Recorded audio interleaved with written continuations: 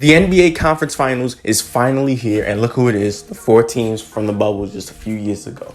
The Denver Nuggets, Los Angeles Lakers, Boston Celtics, and the Miami Heat.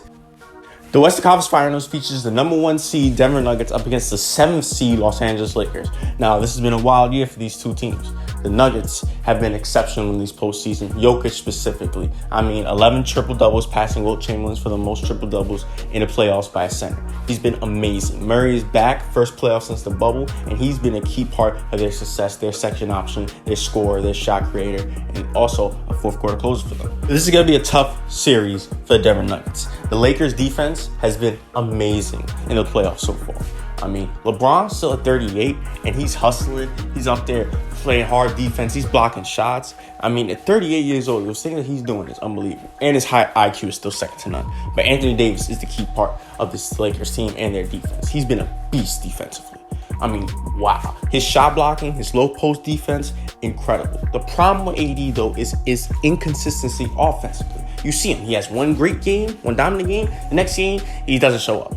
He needs to be consistent, otherwise they lose this series. All right, he's the key to the Lakers. But in terms of this series, it's going to come down to the role players. For the Lakers, Austin Reeves has been fantastic for them. He's been the third, sometimes even second option in games. Rui Hachimura has had some big games for them. D'Lo, they waved Kyrie in his face, and now she started balling. Lonnie Walker had that big game 4, which saved the Lakers, in my opinion, against the Warriors. For the Nuggets, Aaron Gordon, Michael Porter Jr., Tavis Caldwell-Pope, those guys really need to step up. The Lakers are going to focus on Jokic. AD is going to be all up on Jokic. Now, Jokic is a dominant player. He can't win by himself, though. I know Jamal Murray is going to do his thing, but these other guys, they're really going to have to play their part. They're really going to be key. So I think it's going to come down to that. And my series prediction, it's going to be a tough series. It's going to be a chess match between Mike Malone and Darvin Ham. Darvin Ham, who flipped the script on this Lakers team, he's become an excellent coach in the second half of the year. Mike Malone has been consistent, great coach for the Nuggets. But if I had to pick, I got to go with the Lakers in 6. I've doubted them all year. I'm not going to doubt them again. Lakers in 6, I think they have better role players. I think they have excellent defense. They have IQ in mind of LeBron James. And they have guys that can show up on any given night for them and just surprise performances. Lonnie Walker, Austin Reeves, D'Angelo Russell, Rui Hachimura. I think the Lakers can do it. If Anthony Davis is consistent, that is what I'm betting on. He needs to be consistent, otherwise they don't win. The Eastern Conference Finals matchup features the Boston Celtics, the number 2 seed, and the Miami Heat, the number 8 seed. Now, last time we saw these two teams face off in the playoffs was just 1 year ago. Same situation. Eastern Conference Finals. And went to 7 games. The Heat were down by 2. We know what happened. Jimmy Butler pulled up the 3, ended up missing, and Boston Celtics advanced to the NBA Finals. Now, here we are 1 year later. A little bit different, though, because Miami Heat are the 8th seed instead of the 1 seed. They've had an incredible postseason run so far. Upset the number 1 seed Milwaukee Bucks. In 5 games, beat the Knicks in 6 games. Main catalyst for that, well, Jimmy Butler. He's been able to take over games on so many different ways. Scoring ability, 56 points against the Bucks, 40 points. And in the Knicks series, he didn't have to do that. He was a great facilitator, excellent playmaker.